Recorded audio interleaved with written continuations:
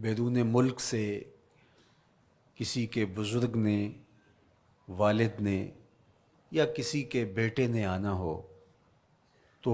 وہ 2 ماہ قبل ہی آنکھیں فرش راہ کیے ہوتے ہیں اور گن گن کے دن گزار رہے ہوتے ہیں،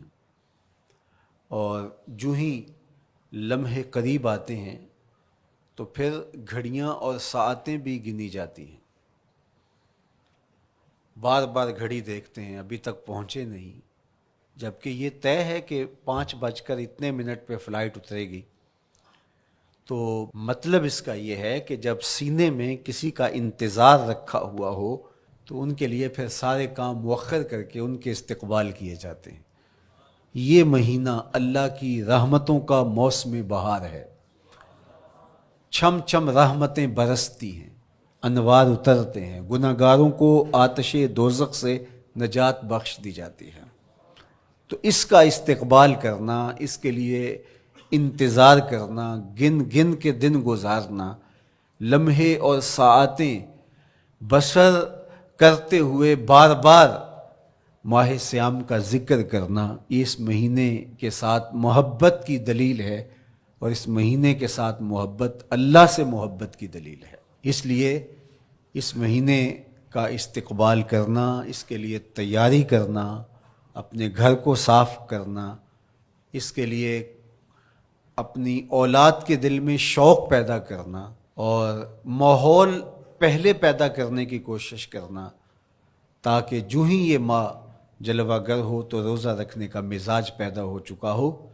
تلاوت کلام مجید کا مزاج پیدا ہو چکا ہو، دیگر نوافل اور اچھے اعمال بجا لانے کی عادت پڑ چکی ہو۔ تو شعبان میں ہی اس کی تیاری ہوتی ہے تاکہ رمضان المبارک آتے ہی ہم پوری طرح سے مستعد اور فعال ہو کر کے اس مہینے کی برکتوں کو سمیٹ لیں۔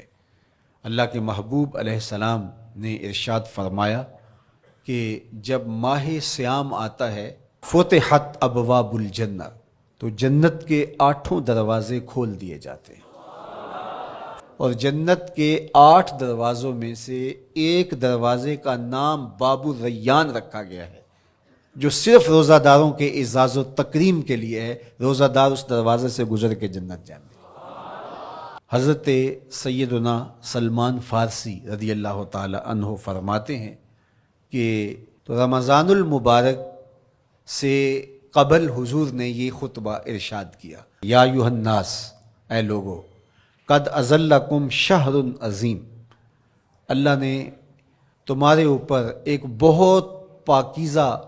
پر نور، عالی مرتبت مہینہ سایہ فگن کر دیا ہے۔ شہر فیہ لیلۃ خیر من الف شہر، اس مہینے میں ایک ایسی رات ہے جو 1000 مہینے سے بہتر ہے۔ جعل اللہ صیامہ فریدہ و قیام لیلۃ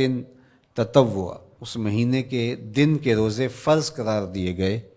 اور راتوں کا قیام نفل بنایا گیا۔ ومن تقرب فیہ بخصلۃ من الخیر کان کمن ادی فریدۃ فیما سواہ، ایک نفل کا ثواب ایک فرض کے برابر اس مہینے میں کر دیا جاتا ہے۔ ومن ادی فریدۃ کان کمن ادی 70 فریدۃ فیما سواہ، اور اگر کوئی ایک فرض ادا کرتا ہے تو اس کو 70 فرائض کا ثواب ملتا ہے۔ وہو شہر الصبر، یہ مہینہ صبر سے کھاتا ہے،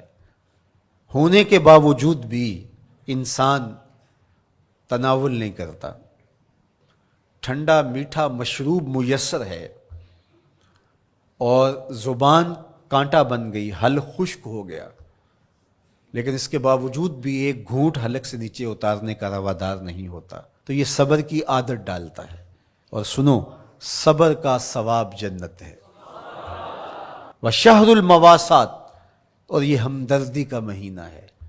باہمی پیار کا مہینہ ہے، الفتیں بانٹنے کا مہینہ ہے، نرم دلی کا مہینہ ہے، ایک دوسرے کے احساس کا مہینہ ہے۔ جب کوئی شخص بھوک اور پیاس کاٹتا ہے تو اس کو پھر محسوس ہوتا ہے، بالخصوص امراء، کہ بھوک کیا بلا ہوتی ہے، اور جو نان شبینہ کو ترستے ہیں اور جنہیں کھانا میسر نہیں آتا ان کی زندگیاں کتنی تلخ ہوتی ہیں۔ تو بھوک اور پیاس احساس پیدا کرتی ہے۔ وَشَهْرٌ يُزَادُ فِيهِ رِزْقُ الْمُؤْمِنِ، اور یہ ایسا مبارک مہینہ ہے جس میں مومن کا رزق بڑھا دیا جاتا ہے، غرباء تک بھی اللہ کی نعمتیں وہ پہنچتی ہیں جو عام دنوں میں ان کو میسر نہیں ہوتی، اور امراء بھی نعمتوں کا لطف لیتے ہیں، اس لیے کہ بھوک کاٹنے کے بعد جب ان کو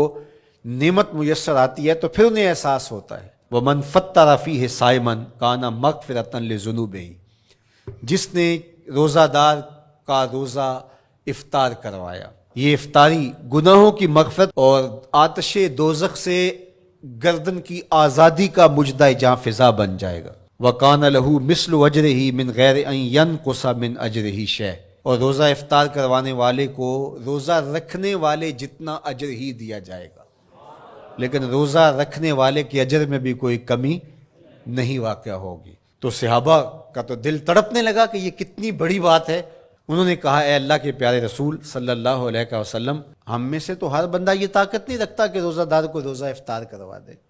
تو یہ تو پھر اہل زر ہی یہ سعادت حاصل کر پاتے ہیں۔ حضور نے ارشاد فرمایا یؤتی اللہ ھذا الثواب، یہ ثواب اللہ اسے شخص کو بھی عطا کرے گا۔ من فطر صائما علی مزقۃ لبن او تمرۃ او شربۃ من ماء، جس نے کسی کا روزہ ایک گھونٹ دودھ سے کھلوا دیا یا ایک کھجور سے کھلوا دیا یا پانی کے ایک گھونٹ سے اس کا روزہ افطار کروا دیا۔ ومن اشبع صائما، اور جس نے صحیح اہتمام کے ساتھ روزے دار کو اچھا کھانا کھلایا، اچھی پرتکلف افطاری دی، سقاہ اللہ من الحوض شربۃ لا یظمأ حتی یدخل الجنہ، اس کو حوض کوثر سے ایسا جام ملے گا 50,000 سال کے دن میں اس کو دوبارہ پیاس نہیں لگے گی، یہاں تک کہ جنت میں چلا جائے گا۔ فرمایا وَهُوَ شَهْرٌ أَوَّلُهُ رَحْمَةٌ، یہ وہ مہینہ ہے جس کے پہلے 10 دن رحمت ہیں، اور اس کا درمیانی عشرہ اوسطہ وہ مغفرت ہے، وآخرہ عتق من النار، اور اس کا آخری عشرہ جو ہے وہ آتش دوزخ سے نجات کا ضامن ہے۔ کہا کہ 4 کام اس مہینے میں کثرت کے ساتھ کرو، وہ 2 خصلتیں، 2 کام جن کے ذریعے سے تم اپنے رب کو راضی کر سکو۔ فشہادۃ اللہ الہ الا اللہ، وہ گواہی دینا ہے لا الہ الا اللہ، وتستغفرونہ، اور تم کثرت سے استغفار کرو، اللہ سے بخشش مانگو، اللہ سے جنت طلب کرو اور دوزخ سے پناہ مانگو۔ تو یہ کام جو تمہاری ضرورت ہے تم اس مہینے میں کثرت کے ساتھ کرو۔